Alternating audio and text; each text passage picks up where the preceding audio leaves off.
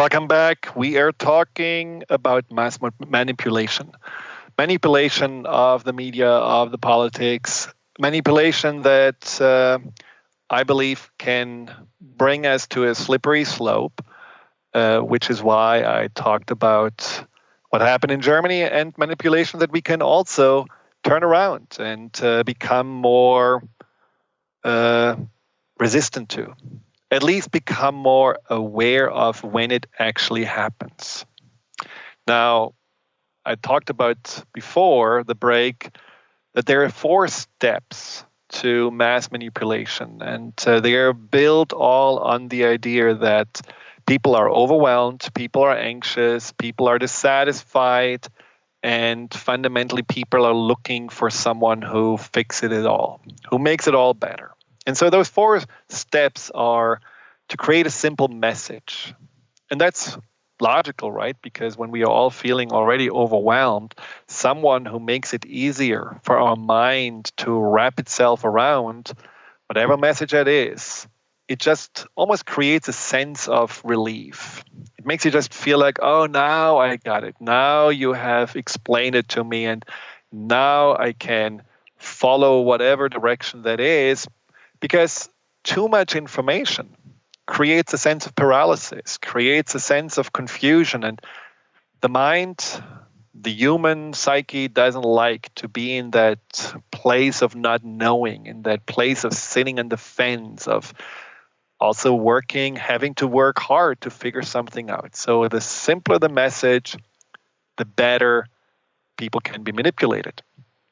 The other one is creating some kind of an emotional charge with a message, ideally like anxiety. Anxiety works very well because people in general, as I said before, just feel already that there is a certain kind of danger, there is a uncertainty about the future. And so when you push their anxiety a little bit more, usually they will pay more attention. And especially if you are not only creating the anxiety, but then also the solution, that works very well.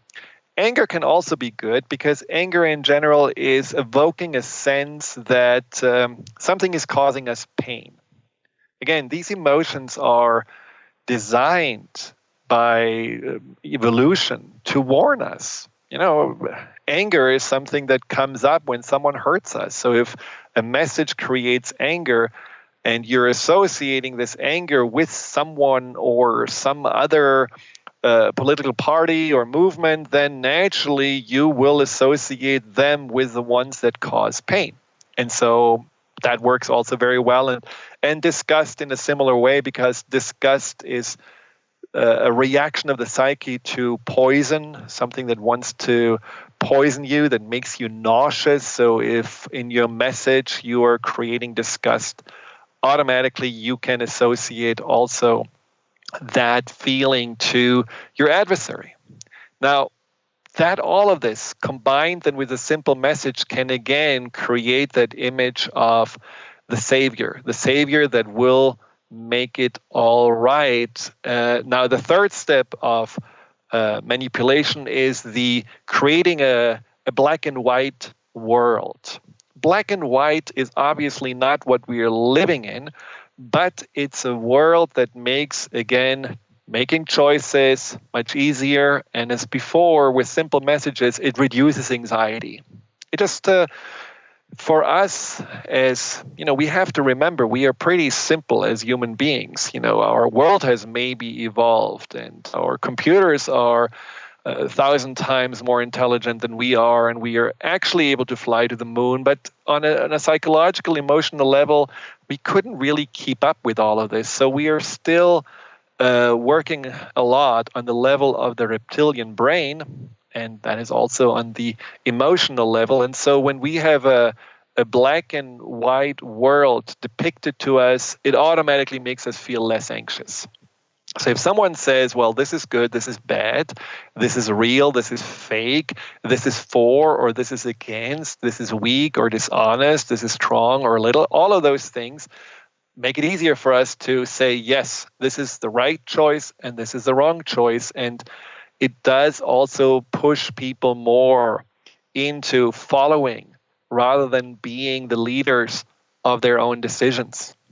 And then finally, there are these subconscious influences, which I think are really these subliminal messages. They're really, really interesting. And we just have to, especially in these political marketeer commercials on TV, we have to be very aware of how they can evoke certain reactions by the music, by the imagery, the black and white, by the voice, by the people and testimonies we are hearing about, how horrible the others were and how they have been suffering from whatever influences they had created there. And you know what I'm talking about. These subconscious influences, even the Nazis, they knew about this already. And I remember there was this film, The Eternal Jew, a horrible, horrible propaganda film promoting anti-Semitism. And in one of the scenes, they talked about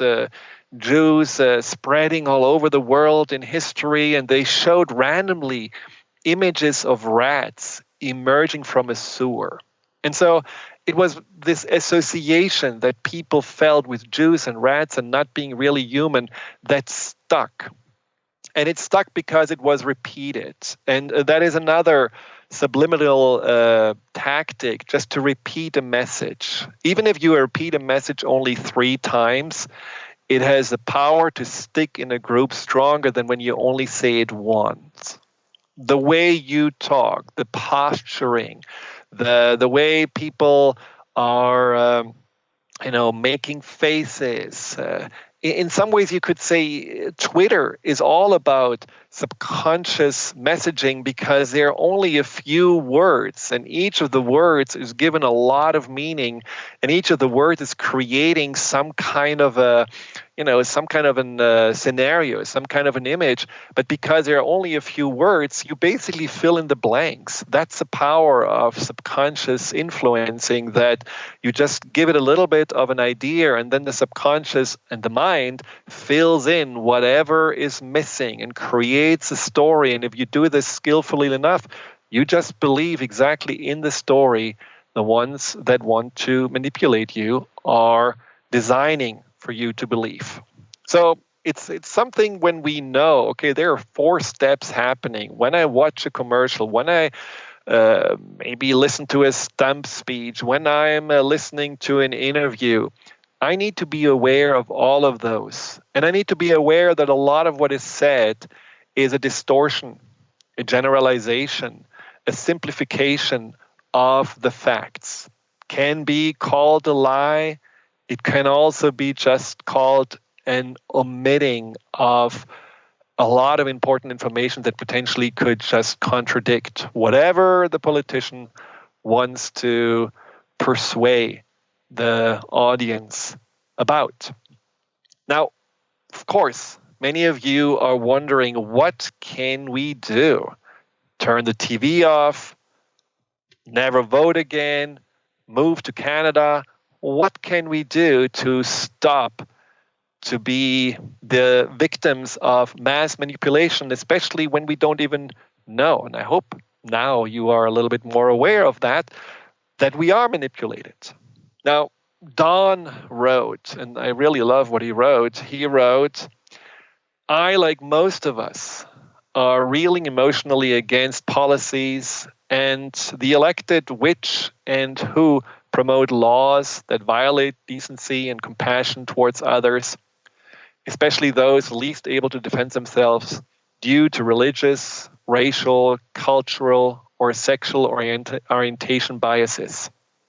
But after months of defensive lashing out to counter these policies, I have removed myself from the center of these political storms.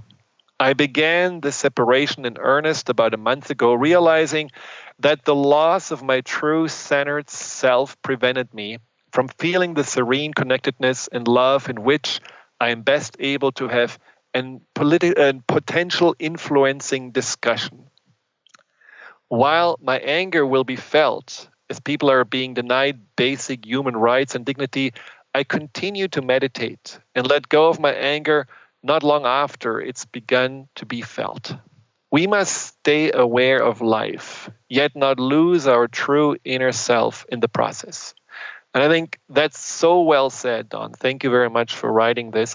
And it's a very important message. And we will talk more about this message and, besides meditation, other ways to stay calm and centered when everything around us seems to somehow be more confusing and distorting reality. So stay tuned. We will be right back. Welcome back to Empowerment Radio, and I hope you feel a little bit more empowered in the midst of the political chaos or storm that we are in. And I hope you also feel a little bit more aware on how you may have felt subconsciously that you're manipulated, but you couldn't really put your finger down on how it actually happened. And no matter on which side of the aisle you're on, just be aware of that no manipulation is really a part of the process that democracy is really all about. So what can we do? I loved what Don was writing about, just going inside, meditating, and finding his center again, and also his thoughts on only when you are centered, when you're not coming from anger and trying to lash out, and again from that emotional place, only when you are calm and centered and also rational and logical, you will be able to influence others, maybe those that are still stuck in their emotional turmoil. Now, what else we can do, I think, is first of all to counteract the simplifying messages that are making the world look more like, black and white. I think it's very important to just become a little bit more informed, to take time. This is a complex world, and this is a very complex time. And I think it's too easy to lean back or distract oneself with sitcoms or sports and not take responsibility. This is also a time where I feel our planet is in peril, and we have to each individually stand up to somehow save humanity and save the earth. So it's no longer the time to simply pass a vote every 4 years or every 2 years and then lean back and watch the show. We have to be more engaged, and we have to be more empowered. And for that, we have to be more informed, because after all, power is knowledge. But, don't just go to your favorite channel and feel like, oh yeah, they are saying exactly what I feel and that's exactly what I believe, so I got it covered. No, diversify. Get more information. Go to more maybe international news outlets like the BBC or the CBC that don't have that political bias, and get information even if you don't like what you hear because you were made believe, well, this is not the truth, this is fake news. Just be open. Keep your mind open and be willing to learn. Be willing to go into the complexities of life and be willing to inform yourself so that you can make better choices in a voter level, but also on your personal level. Then check on your values and on your beliefs. For Christians, maybe you want to ask yourself, what would Jesus do? But you can also ask yourself, what would I like to teach my children about peace, compassion, kindness, tolerance, acceptance? Are those things that I'm somehow forgetting in the midst of this turmoil? Am I somehow just pushing all those things aside as, well, there is no time for this, or this is maybe wimpy, or this is maybe too liberal? Just open yourself up to realize, well, there are certain things that your heart is telling you, this is right, this is good. This is labeling people, putting them down, making fun of them, and just enjoying how they more and more cringe as they are stomped upon. Maybe this is just wrong. Maybe that just doesn't feel right. Or being lied to and having all the time hearing stories that later on fact-checked are completely showing as untrue. maybe that's also something that you would not want to have your children do or be done to them. So check on your values and realize that values are more important than politics. Values are really what keeps humanity going, what has helped us to evolve out of this tribal consciousness where there was a war every other week. We need to remember those values, and those values are very much about living together with peace and tolerance. And then also, importantly, take responsibility for your emotions. Just because someone is able to trigger an emotion inside of you doesn't mean that this person or the emotion is telling you the truth. As the saying goes, nobody can make you feel good or bad without your permission. So be willing just to check in, and just like Dawn suggested, if you feel angry, maybe you want to meditate. Maybe you want to use the breathing simply to release on the exhale whatever emotion has been coming up. Maybe you want to investigate more deeply, where does this emotion come from? Is it a general sense maybe of feeling unsafe in the world? Is there a limiting belief that I'm not good enough or capable, or that I'm maybe not able to have what I want? And is that what the emotion is that got triggered by whatever I was just hearing or watching? So be aware that your emotions are ultimately your obligation to take care of. Because as I said before, when we are very emotional, we are not very rational and usually don't make necessarily the best choices. Go to my YouTube channel. There are several guided meditations. You just go to Dr. Friedemann Schaub, or you just type in Dr. Schaub YouTube, and then you can see there not only many of the archived shows here, but also guided meditations that can get you easily into a much more centered and calm place. Also, I would suggest to be a bridge. Don't create walls. If you have stopped talking to your friends just because they have voted for the wrong person, if you have somehow avoided your family because you feel like they're on the wrong side of the opinions, just create a bridge to them. Don't forget, again, that whatever politicians are doing doesn't have to create a sense of separation or divisiveness amongst us, because that's part of the manipulation process, to basically pin people against each other. Just like maybe a patriarch, a father who has been, trying to pin the kids against each other to gain control. Try to be the bridge, try to make the connections, try to forgive, try to understand, and keep the line of communication open. And then finally, just allow yourself to remember that all the politicians are only employees of us, the people. That means we have to be very watchful on what they are doing. We have to remember that we are the ones that give them a job. And if they are not doing their job, if they seem to take advantage of us, if they seem to waste your time more by talking and fighting and bickering and arguing than really making a change, then they may not be the right people that are here to lead us. Only when we really resist the temptation to follow those that manipulate us through preying on our emotions and distorting our thoughts and judgments, we can really prevent this history that I talked about from repeating itself.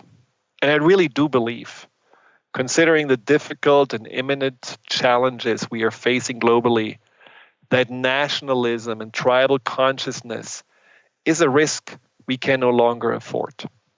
So I hope you have been getting a little bit more insights on manipulation, how to avoid it, and what you can do in the process, where maybe some of you feel completely powerless, where some of you may feel like on the verge of doom, where some of you may feel deflated and unmotivated, maybe you have some ideas now on what you can do to make the change that you want to see in the world.